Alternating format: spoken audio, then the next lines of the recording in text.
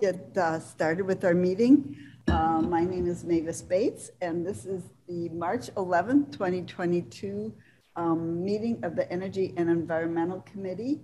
Would you please call the roll? Allen. Allen, present. Caius. Molina. Molina, present. Strathman. Strathman, present. Wallace. Wallace here. Wojnicki. Present. Bates. Present. Thank you. May I have a motion to approve the minutes for February 18th? Allen moves. Strathman, second. Wojnicki, second. Strathman, seconds. Was there any discussion about the minutes? Okay, please call the roll. Allen. Allen. Caius. Molina. Molina, yes. Strathman. Strathman, yes. Wallace. Sorry, yes. Wojnicki. Yes. Bates. Bates, yes. Passes. Okay, thank you very much. Mavis, can you get a little closer to your microphone? Yes, I certainly can. Oh, that's Thank better. you. That's much better. Yes, that's better. Now I can hear myself very clearly. Okay. Thank you. That is better. Thank you. Okay, thanks. So the next on the agenda is public comment. Is there any public comment either in the room, which is very empty, or online? Okay. Ms. Wolnick, would you please give us your environmental? Thank you. report? We have in your packet the March Watershed Group Activity Report. Just a quick review of that. The details are within that report if you'd like more information. The Fox River Study Group continues to do its monthly collection of water samples along the Fox River and its tributaries. If you recall, we are also sampling in the unincorporated rural area of Kane County in our agricultural areas, and that report is going back to the Agricultural Committee here. We do the sampling on the same days as the Fox River Study Group, so we're able to view those trends. In addition, we had mentioned previously, they're continuing to monitor the conditions upstream and downstream of the Carpentersville Dam prior to its removal this year, so we can better understand the impacts of dams on our river. The Indian Creek Watershed Group is proceeding forward. The modeling is mostly complete from Geosyntec. This is one of our most heavily urbanized watersheds. So water quality and water quality improvements in this watershed are going to be key improvements. So we'll, when that wraps up, we'll likely bring a report back to this committee to better understand the impacts of the water quality within Indian Creek. Tyler Creek is watershed group is looking to update their watershed plan. It's pretty dated at this point. They're looking to get some grant funding, possibly from IEPA, to update that watershed plan and develop some more water quality improvements for that area. In addition, the city of Elgin is working with the locals in Elgin to remove one of the dams on Sandy Creek. That's just upstream of Highland Avenue at the Lincolnwood Terrace subdivision. So that will be a great improvement to that area if they're able to proceed forward with that. So we'll stay on top of that as well. Any questions on the report? No. Well, are there any questions from the committee? Okay. The next item we have is a continuation of the discussion. If you can maybe bring up the slide, thank you, and go to the next slide on that, please. There you go. A continuation on the discussion of the electric aggregation civic contribution amount. We were able to include this slide in last month's packet. We did not have any committee members reach out to us in the interim with any additional questions. The amount that we are receiving in the 2-year contract we currently have for electric aggregation is approximately $760,000. We do support funding for our staff that goes back into the general fund over those 2-year period of $52,000, leaving a remaining amount that's going to be received of approximately $711,000. Based on the number of subscribers, if we did choose to return that amount back to the subscribers, they would receive a check after that 2-year period of approximately $38. We would be working with the county treasurer to get those checks out. They would be resembling something like a Menards rebate check that they would have a certain period of time to cash. If they didn't cash those checks, then the funding would come back to the county. We included the wording of the referendum question because there was some discussion at last time we spoke about this in regards to what was basically advertised to the residents.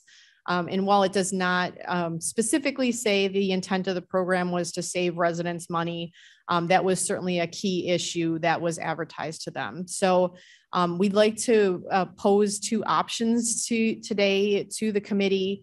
One option would be returning the civic contribution to the residents based on how the program was originally organized as a money-saving program for residents. And then the second option we would like to propose would be to return that funding, if not to the residents, to the 650 fund, which is the enterprise surcharge fund that supports all the activities in environmental recycling and sustainability to be utilized for countywide programming. And the reason for this, and I know we got kind of bogged down in the last discussion with specific uses for that funding. I think that could be forthcoming, but as we presented each budget year, funding in the 650 fund continues to decrease. That was originally where our revenue from our landfill tipping fees was going. We're required to maintain a balance in that fund. So at some point we will run out of funding for our sustainability and recycling programs. So it's important that we find a revenue source for that fund. And if we can operate off the interest for those funds set aside for any issues that were to occur with the landfill, we can operate our programs more efficiently and ensure that we have the revenue necessary to do the programming that we do. So those are the 2 options staff would like to present this morning and we'll open it up for discussion then. Do I have any comments or questions from the committee? Madam Chairman, Alan, I have a question. Please go ahead, Ms. Allen. Thank you. I don't want to disappoint our subscribers, but I don't know how much good a small check does any family, whereas a large check is going to enable the county to do worthwhile things for everybody. But I would like to ask a question. Jody, do you have any idea what the average electric bill would have been for a residential home? Or did the money that people pay do them some good in their budgeting every month? Would we have any way of knowing that? This is Ivy Klee. I did ask our electric aggregation consultant for the average savings of the subscribers in years past based on the contracts that we've had. And her estimates were around $40 each year that was saved on utilities as a part of being a subscriber of this program. So that the rebate amount is in line with how much they've saved in the past. So Madam Chair Strathman. Just a moment, please, Ms. Strathman. Ms. Allen, did that answer your question? That they saved $40 a year with the aggregation program, but I think you were asking what was the average electric bill. Yeah, I was just kind of hoping that all of us have an idea of how much our electric expenses are, and I was just wondering if this contract gave our subscribers something approximate to what I have. That was my question. I And then- don't think we have those numbers. Yeah, we don't. So if you were in the program and you're not in the program now, you would basically on each of your bills, if you added them all up through the year, would have saved approximately the $40. And so for somebody that's not subscribed in our program, their bill over the course of a year is going to be $40 higher. Okay, good. Thanks. Okay, thank you for that question. Ms. Strathman. Thank you, Madam Chair.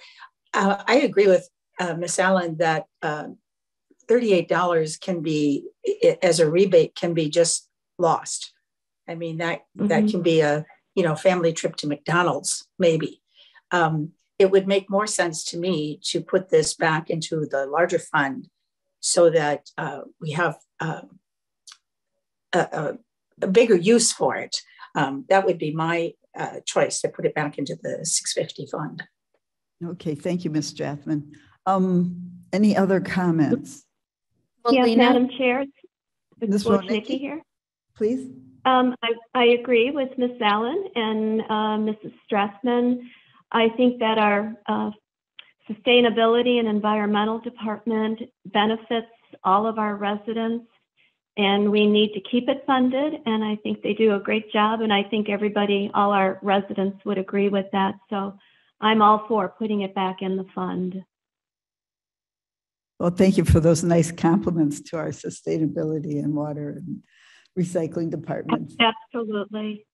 Anybody else like to make a comment? Yes, this is Molina. If I can make a comment, please. Please. And I'm sorry, I didn't understand this before. Just make sure I'm understanding this clearly. Since 2014, the residents who have participated in this program have received a rebate back because they participated in this program? No, their bills would actually have been, if you would have totaled them up over the year, at $40 less. The current contract is different than any of the previous contracts we've had for electric aggregation, in that because we are receiving green power, we're receiving a civic contribution. And so in the past, the residents would have only seen a deduction on their bill, as opposed to now they would, if the committee voted, they would receive a rebate check. Okay, so they've never received a rebate check. They've only seen a savings because they've participated. Correct. Okay. I'm just looking here. So Aurora and Dundee don't participate in this program. So it would just be the other townships in the county that do participate? The unincorporated areas of the other townships, correct. Okay. Okay, thank you.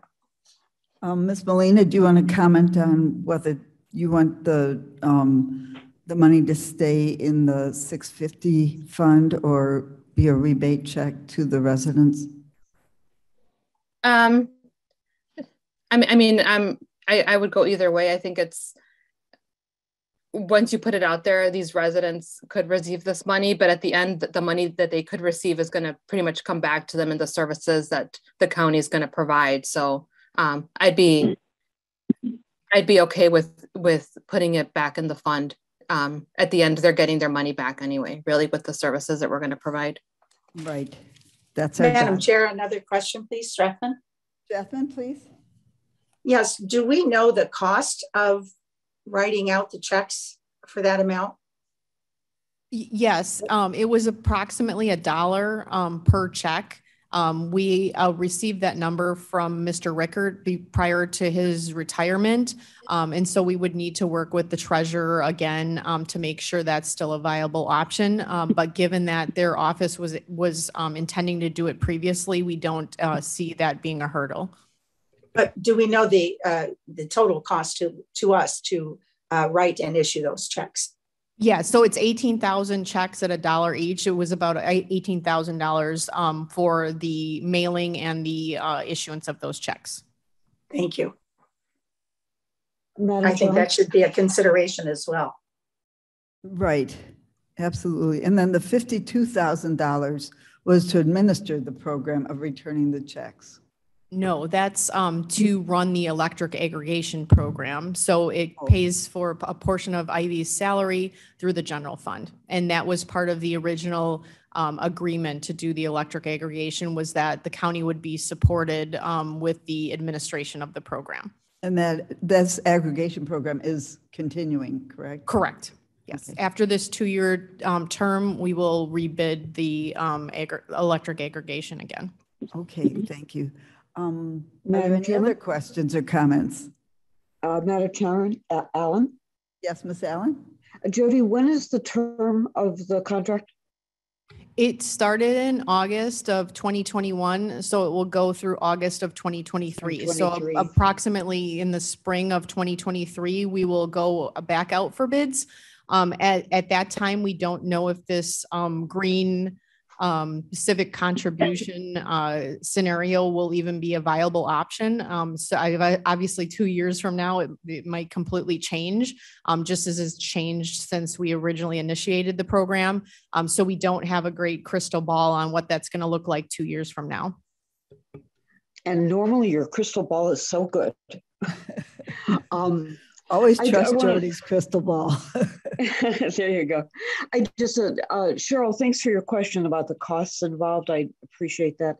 I just want to toss out that I think the good that we can do with the $700,000, sorry, is just a greater good than any individual household can do with their $40. I know that's, it's trying to be godlike, and that's not a good thing to do, but still, this is an instance where if we pool, we pool our small credits, we can turn that into a greater good, I believe. Thank you. Thank you. Is there any other comments about this contribution, the community contribution? So, Louis, permission, please. So, not my committee, but I like to stalk you guys. Do any of our residents have any expectation that they would be getting this rebate?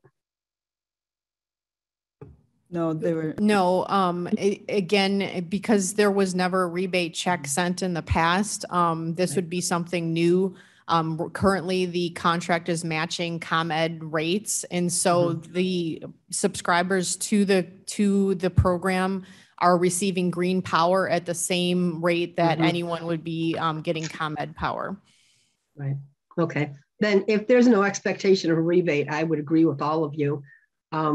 We certainly could use this money to sustain and help our programs that we're doing. So thank you. Thank you, Ms. Lewis.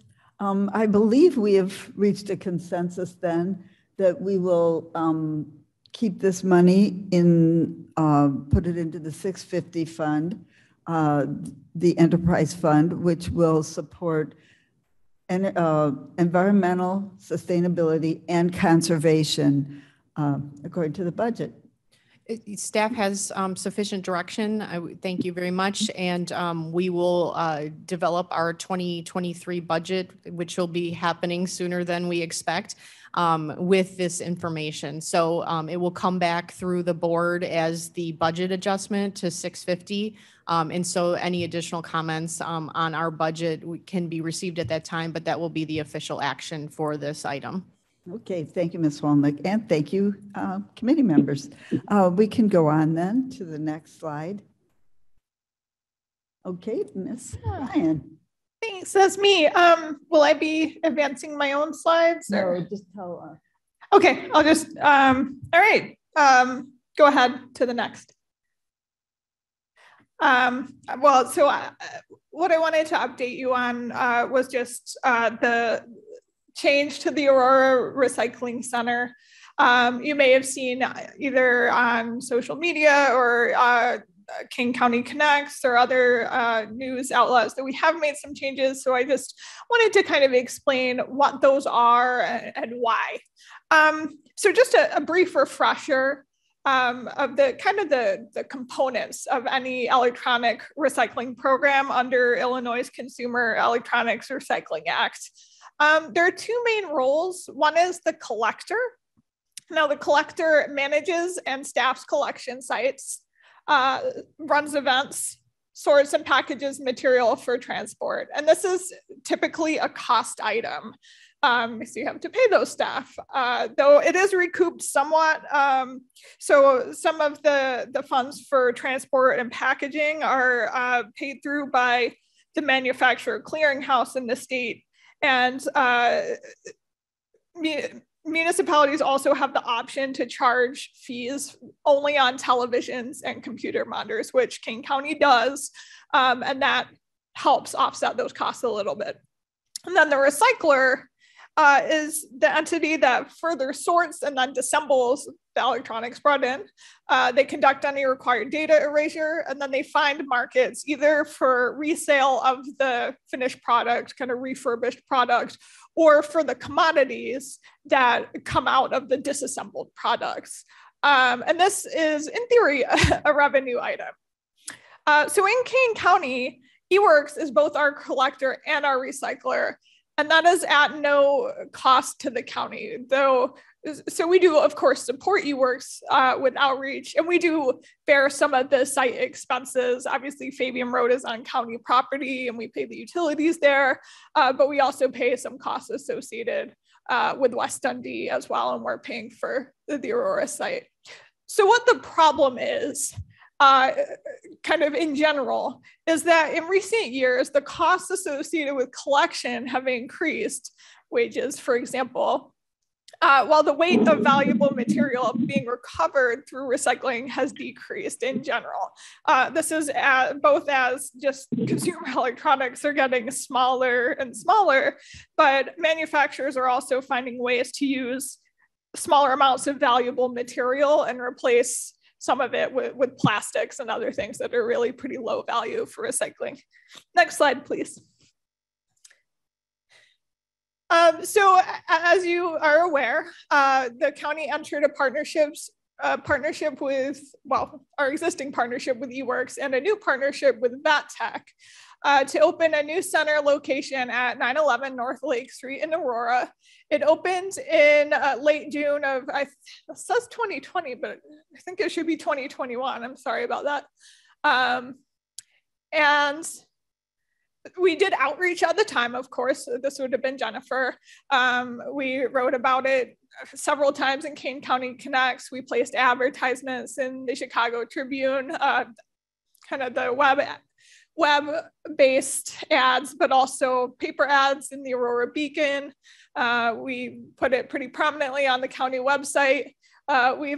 She even went through quite a song and dance, if I'm to understand, with state DOT and Kane County DOT to get the sign that we have up pointing to the driveway for the center. But unfortunately, as you can see from the graph, Aurora, for the entire time it was open in 21, really lagged in terms of traffic behind the other sites. Now, Jeff from EVRAC always says, you know, West Dundee about breaks even. So the money that they bring in through the fees and then the material that they bring in for recycling essentially pays there for the cost of running the site, so transport and staffing. So that's at about 60 cars. And they're willing to kind of keep doing it because Fabian does really well. They do more than enough traffic at Fabian.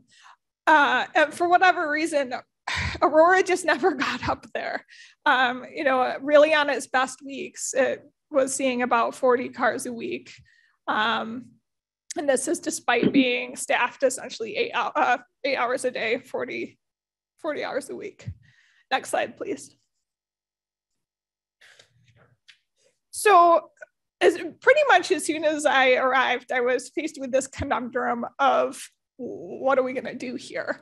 And there are essentially only two options. Well, I guess there's a third that I didn't put on there, but the first might be to, you know, since we've already advertised the site as existing through the green guide and everything like that, we could leave it unstaffed. So just that would cut our cost to almost nothing.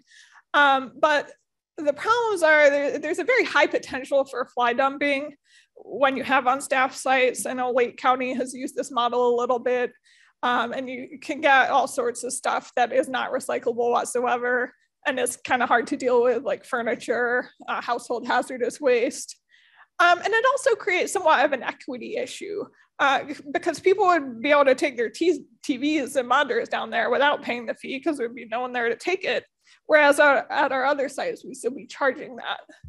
So I didn't really love that option. Then so number 2 looked more appealing, which was to reduce the hours and perhaps seek a more visible location, both short-term and long-term, and look at new ways of advertising. So next slide. So this flyer that went out last week for our first Saturday is kind of an example of the new advertisement I put together for our change. So essentially what we did was reduce the hours from Monday to Friday, 8 to 4, to only Saturdays from 9 to 1. And we were able, through working with the owner of Ace Hardware, who is a local person, to basically negotiate using their parking lot for those hours with a box truck to collect recycling. And that spot is highly visible because of their, they've got a nice big sign on the road and just people know where it is. So we thought that would work out pretty well.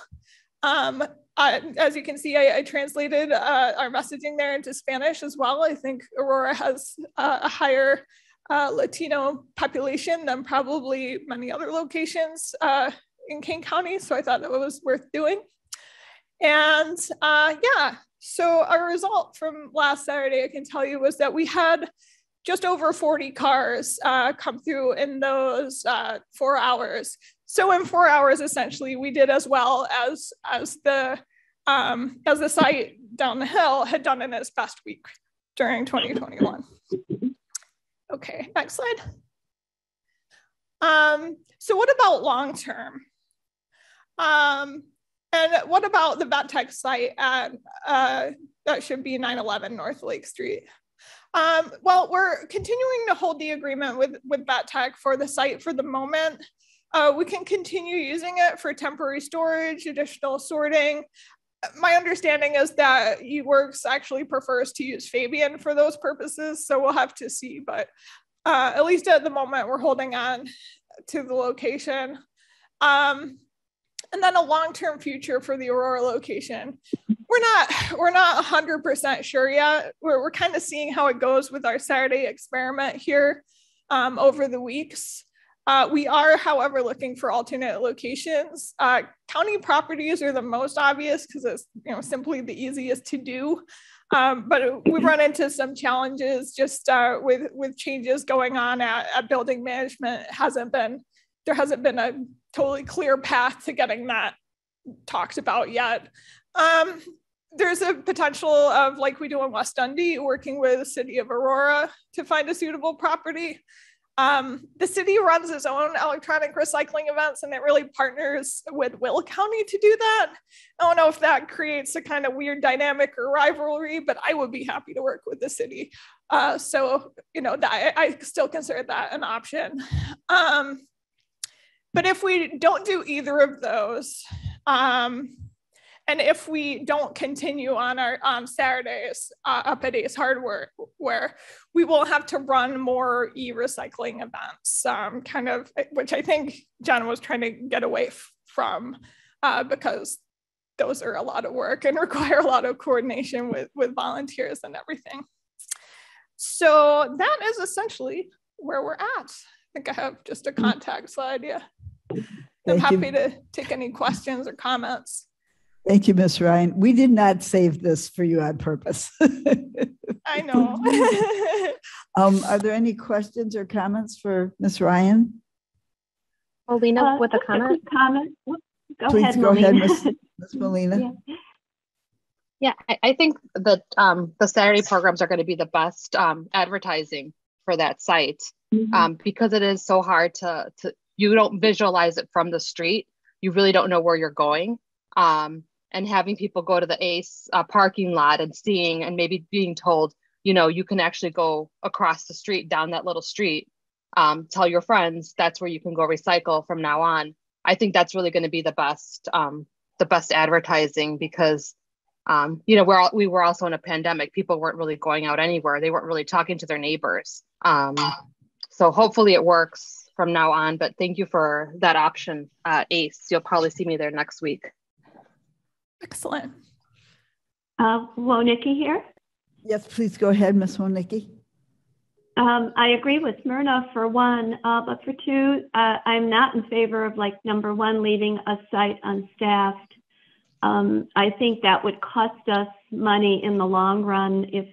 If any of you have ever seen the, I don't know, the little square drop areas like outside of Jewel or whatever, it's just people just drop off furniture, and couches seem to be the big one, and mattresses seem to be a big one. So I just think leaving a site unstaffed is not a good idea. Okay, thank you. Myrna, could you repeat your point for me? Were you saying that the Saturdays would be good advertisement for the rest of the week, or was that your idea? Well, the way I see it is that nobody knows where that site is. So Correct. Even if you tell people go down Lake Street, the fact that you have to go kind of under, it's not really on Lake Street. People are like, you know what? I know where the other sites are. I'll just go there. So I'm not in favor of leaving it unmanned. It's just the idea that people aren't really familiar with the site. And I think it's just been a year where people aren't talking to each other. So correct. You put it on Lake Street on Ace, people will go there and then, become a little bit more familiar with just being told, just if you go down that street, that's where it'll be from now on. So that was my point. One interesting thing that we learned last Saturday that I hadn't considered, and I don't know how prevalent of a problem it is, but someone told us they were afraid to go to the site across the road. They knew it was there, but they knew it was in kind of a formerly vacant warehouse, and they did not want to go down to a formerly vacant warehouse. This was an older woman, but I think that concern is valid. Well, that's good feedback for us. It is a little creepy down there. It's very secluded.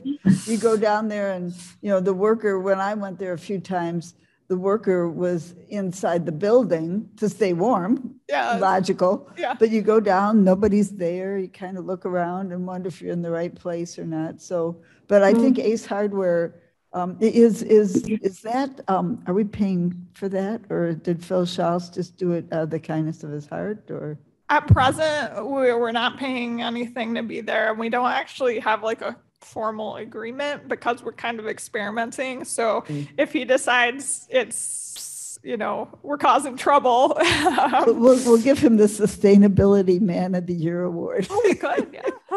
We don't have that award, but we could make it. Yeah, I made sure, when we closed last weekend and that the staff understood, it had to look like we were never there.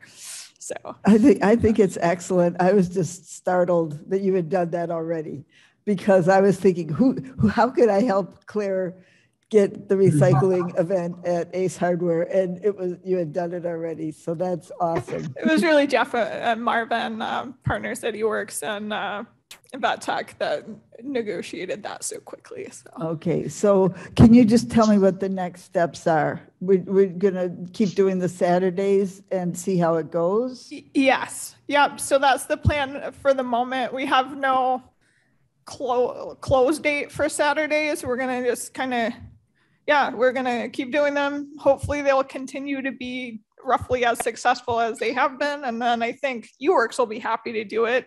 We'll keep checking in with ACE and make sure they're happy. And that's Are we open on weekdays now or no, closed? No, we're not open on weekdays. That's okay. People can't, how many people can go from 9 to 4 right. on a weekday? Yeah, and about, I've heard the concerns about, well, do we now have an unstaffed site? Not really.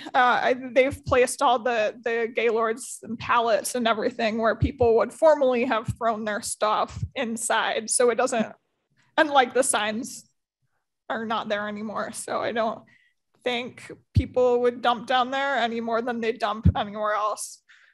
Okay, one of the cars, one of the drivers, I'd say, well, how'd you hear about us? And they said they saw it in the Tribune. Yes. So they picked that up from Kane County Connects. So if we can keep Kane County Connects giving us more, maybe just little snippets or something that, are we going to put it in Kane County Connects every week for a while? I can see, I didn't plan on having it there this week. I was thinking of actually doing hard copy posters and trying to post them in public places. Oh, let me know. I'll bring my tape. Nice. But I think, using our online resources more as well is a good idea. Okay. There are laundromats in Aurora. Sometimes I post Greenfest posters. Oh, that's a good idea. Laundromats. Any other ideas, Myrna, for places to put up posters? Madam Chairman? Yes, Ms. Allen. I believe Miss Mann, our new publicity outreach person, was asking for suggestions. She's trying to get people to use Twitter and Facebook and Instagram. Could we add the Aurora site to those? Brilliant, my dear Watson. Yeah, we did a post. We did a post about the Saturday events, and that image I showed you with the Spanish translation. They used that last week on Kane County Facebook. I'm not sure about Twitter and Instagram. Probably one on Instagram too. And actually, Brenda Bushbauer came to the event for about an hour and took a ton of pictures and then posted them on Facebook too. So, I think it'll be up to them a little bit how often they want to use that content, but I'm certainly open to it. I love the idea. Once again, you're way ahead of us. Thank you. Hey, Lewis here. Yes, Miss Lewis. So we also have that newspaper in Aurora called The Voice that a lot of people, because it's a free paper, subscribe to. So maybe we might want to throw something in there, and they'd probably do that for free. Yeah, go ahead. I sent an email to them this week. And I didn't get a response, but I can try again. Yeah, usually I think if you get them something by Monday morning, they put it in the Thursday edition. Monday generally. Okay, yeah. And also I noticed last week, and this is good, we have a Facebook page, and it's like what's happening in Aurora. And I did notice on there that somebody was like, hey, what's going on Lake Street in front of Ace Hardware? Oh. And then somebody else said, oh, it's recycling. So, I mean, that's really good. And I try to remember, and I think Myrna and Mavis do this too. Sometimes we throw our posts from the county over there too. So people are aware of it, but it's a really active group. So, but I thought that was kind of cool that, people were like, hey, what's going on? Because it was visible. So it's a great thing. That's great. I hadn't heard that story. Good. Thank you, Miss Lewis. Any other comments? I was going to throw in grocery stores and the bakeries around Aurora. But yeah, my first option was Julie and Brenda, who have been phenomenal so far, just getting the word out on what the county does and reposting. So Facebook is a great way of getting things out there. You see something, just repost it on as many sites as you can. And the word will get out. I think it's just Aurora has been a little slower just because of everything, but we'll get there. We'll get our site up to Fabian standards, hopefully. Especially once we get we do have our Facebook page on Kane County Facebook page. Mm-hmm. So if we're it's so easy, and nobody minds if you post on there all the time too much. And then once it's on Facebook for Kane County, it's so easy to share it to, what's happening in Aurora, or what's, I can share it to Sierra Club. So, and who knows where else, I've got 2 or 3 of my own Facebook pages. So if we can get, can you do that even today? Yeah, I'll ask them today. Yeah. Okay. How does that work? You give them content and they do the posting, or? Yep, pretty much. Okay. All right. Good. Gums, quick question. Yes, Miss Gums. Hi guys. So with our new public information officer, can we do an event, a county event, to promote this? We did do an event a couple months ago on a Saturday, a special Saturday, but yeah, but through the public information office, I mean, I think that would be, let's an actionable issue and helpful. I'm looking at Miss Ryan. She's thinking hard. Yeah, I'm just, the only concern I would have is if we created too much traffic at that spot, ACE might not love it. And there's also an ATM right there that's pretty busy. So I just won't want to have a big line of traffic that impeded access to either the store or ATM. But something we can consider for sure. Well, if we got a huge crowd, I wouldn't be sad. But I understand that the capacity there might only be, well, can we figure that out? 100. We heavily advertised for an event a month ago or two, and we got 288 cars. And there was never a line very much. It flowed quite well. Yeah. The other thing is we would need probably a tractor trailer, which EVRAC can do. It's just, again, a matter of, is that okay with the ACE hardware? Okay. Well, so it's not, it would take some planning. Of course, but let's think about that. Okay. Having us just kind of I wanted to have a ribbon cutting, but I was 6 months too late, so nobody would let me do a ribbon cutting. We probably shouldn't cut a ribbon at ACE since it's not actually a structure. Well, we could call that the soft opening. You want to do a ribbon cutting one of these days? Ask Miss Wolnick. She's the one who keeps me from making too many mistakes. Okay, next slide, please. Oh, no, I've embarrassed her. Okay, not the last time, I'm sure. Miss Wolnick, Miss Klee. I think Karen Miller's going to Karen, report please. on this slide. Yeah. Okay, good morning.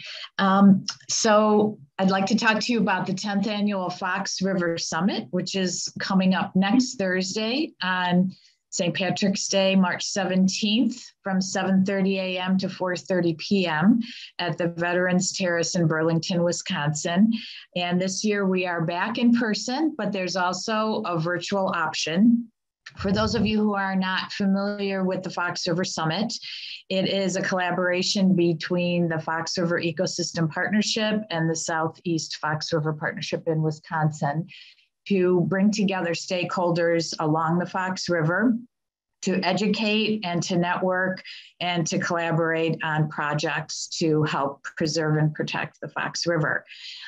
We will have speakers and topics from both Illinois and Wisconsin. There will be networking and a social hour afterwards, and also a delicious lunch. So if you would like to attend either in person or virtually, you can go to southeastfoxriver.org to register. Thank you. Any other comments about, will you be there in person? Yes, I'll be speaking about the fabulous Fox Water Trail. And like I said, we will have a number of other speakers talking about different topics on the Fox River from both Illinois and Wisconsin. Okay, wonderful.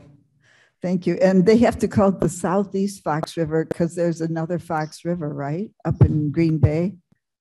Well, that is the organization that is in the southeast part of Wisconsin. Plus, yes, you're right. There is another Fox River that is up near the Green Bay area. Okay. Well, don't get your Fox Rivers mixed up.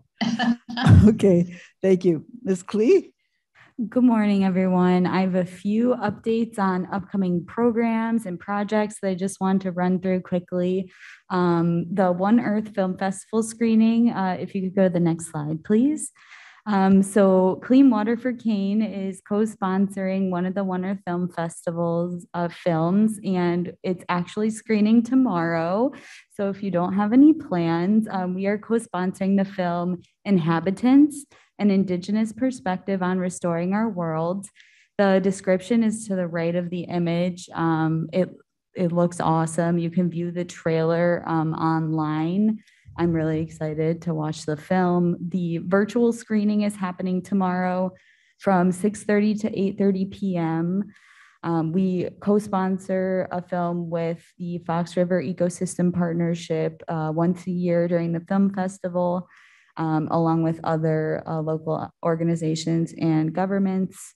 The screening is free.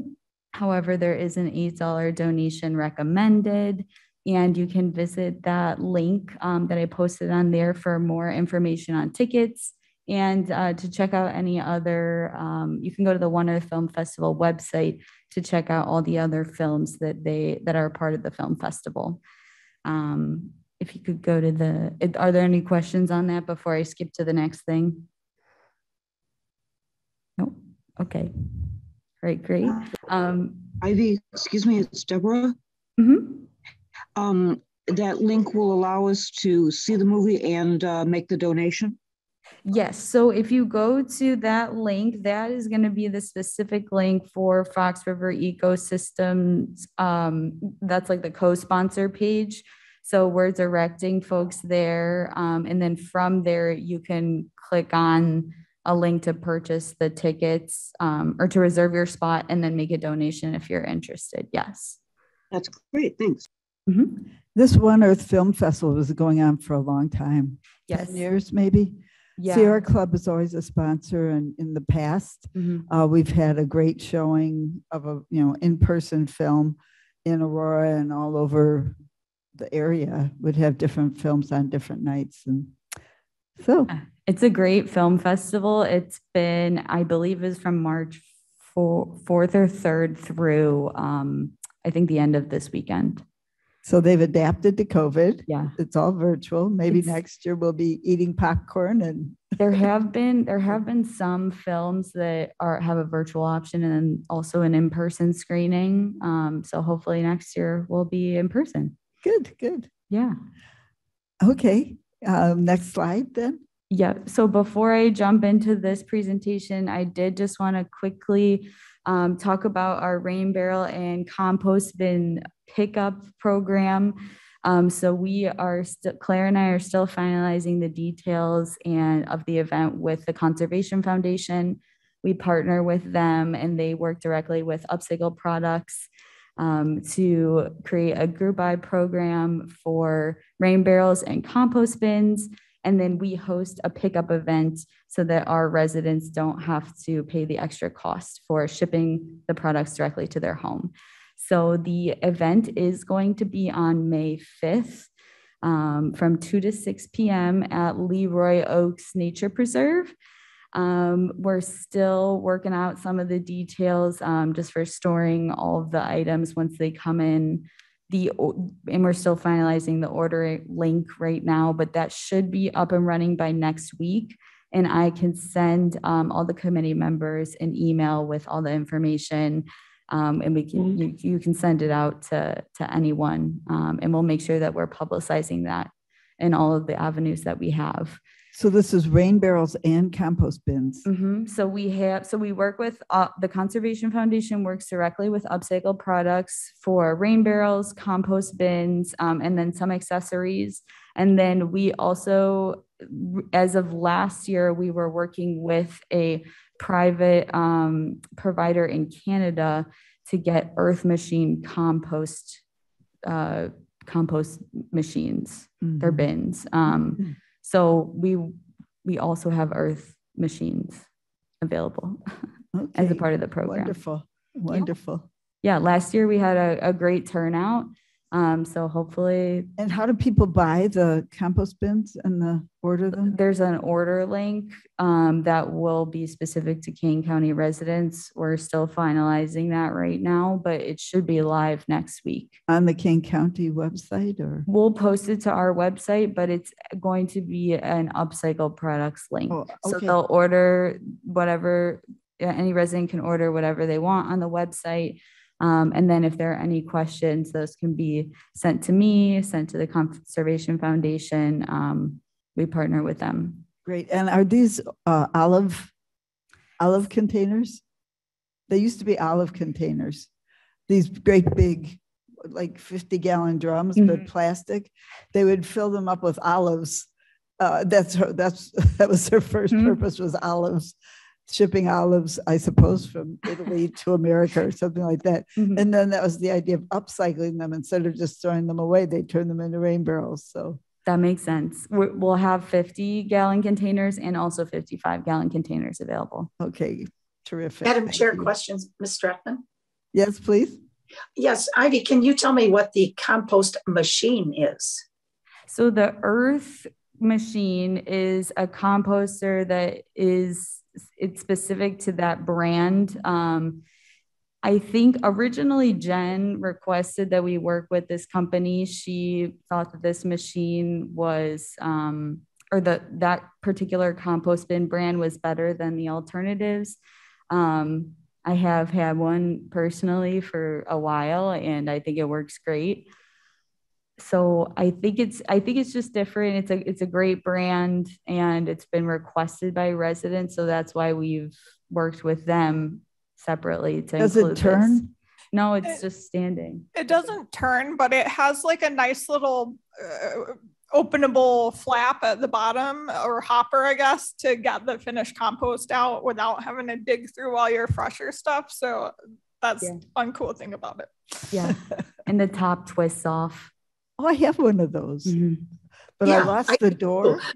Somebody gave it to me, and the door was gone. So I think the squirrels just go in and help themselves to all the good stuff. Another form of recycling. Yes. Yeah. Yes, and distributing the nutrients. Okay, Ivy, you want to talk about Grow Solar? Yeah. So we have another Grow Solar Chicagoland Group Buy program for 2022. If you go to the next slide, please. So this is the same program as Solarize Chicagoland. They're calling it Grow Solar Chicagoland now. So there's going to be a program for spring and summer of 2022. I've just started meeting with the Midwest Renewable Energy Association, the Citizens Utility Board staff, and also a couple other counties. So together we are going to support this group buy program for residents within the area. So the focus of the group buy program is going to be on installing residential and small commercial solar electric systems. We issued the RFP last week. Midwest Renewable Energy Association issued that RFP. And if anyone's interested in seeing it, feel free to reach out to me. I can forward that to you. The proposals are due back March 24th. Participating counties are Cook, DuPage, Kane, and Will counties. Something that's a little bit different this time around, there's going to be a 750 kilowatt cap on the program, or 100 installations, whichever happens first. The idea behind this cap is to encourage participation, and we hope that more residents sign up sooner, so that there's kind of an encouragement to sign up before the end of the program, which is at the end of the year. I guess in years past, what's happened is a lot of contracts get signed towards the end of the year, and then that creates an influx of work for the solar companies, and they can't keep up with the demand. So our hope is to have contracts signed and construction happening.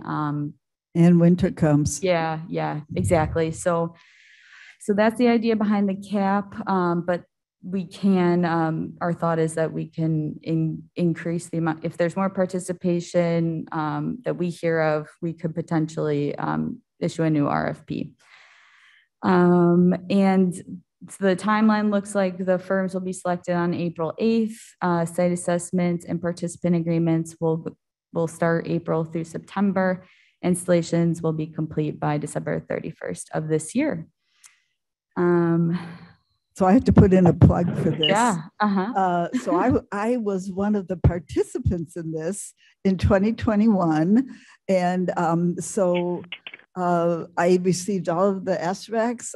I'm about to, once I do my taxes before April 15th, I will receive another $4,500 in tax rebates, $6,500 in SREX rebates.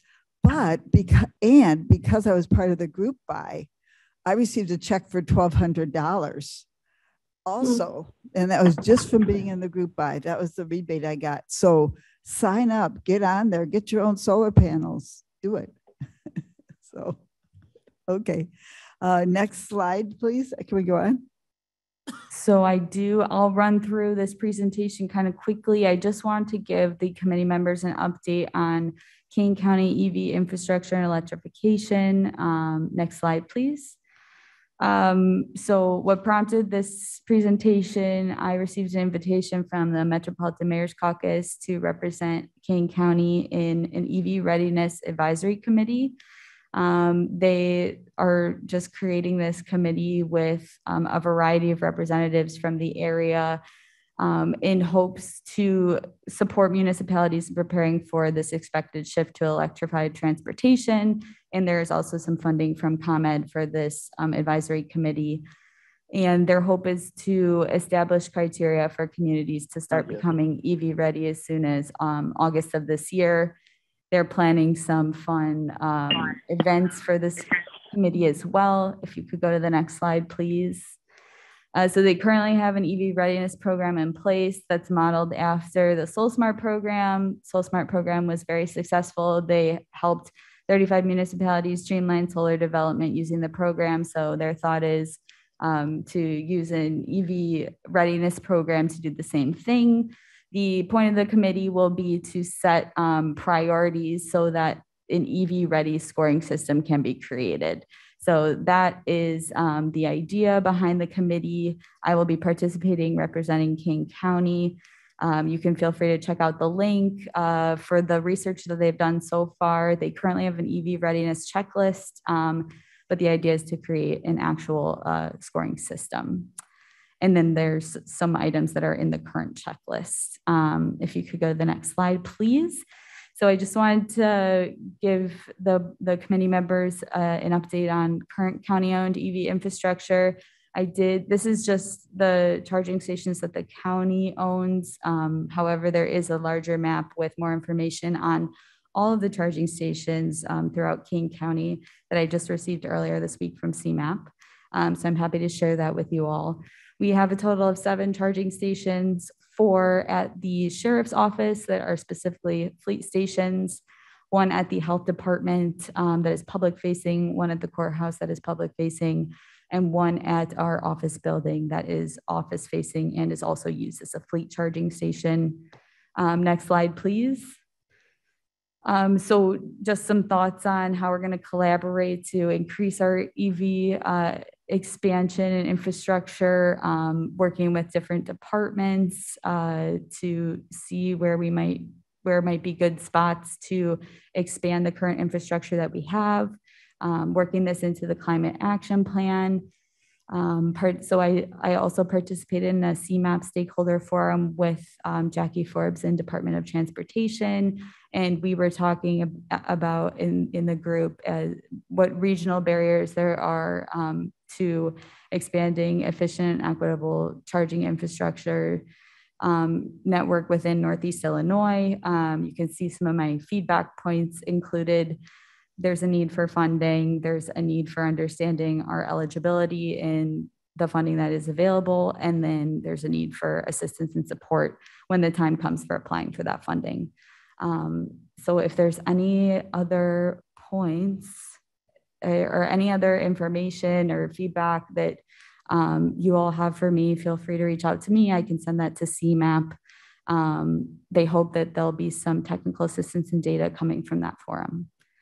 So I believe that is my last slide, and that concludes my presentation. Thank you, Ms. Klee, for participating in these groups and representing us so well. There's many exciting things going on. Because of time, I'm going to hold my comments about CEJA funding opportunities for Kane County. As you all know, I am determined to bring as much money back to Kane County as possible from this $9.5 billion of funding for clean energy, energy efficiency, clean transportation, you name it. We are going to, those who do the hard work first will get the money first. So we're going to continue working on this. And according to CEJA documentation right now, people like us who will be providing public access to EV chargers, we should be able to get 50 to 80% of funding for that. but we have to read the fine print. Great. Okay, are there any other, may I have a motion to place the reports on file, please? Alan moves. Strathman second. Alan and Strathman, please call the roll. Alan? Alan, aye. Thank you for a great report. Molina? Ina, yes. Strathman? Yes. Wallace? Yes. Woznicki? Yes. Bates? Yes, thank you. Were there any other comments or questions from the committee? I forgot to say that before we place reports on file. Okay, then hearing no more comments or questions, may I have a motion to adjourn? Woznicki moves. Woznicki? Wallace second. And Wallace. Thank you. All in favor, say aye. Aye. Aye. Thank you, everybody. Okay. Thank you all. Great meeting. Thank you.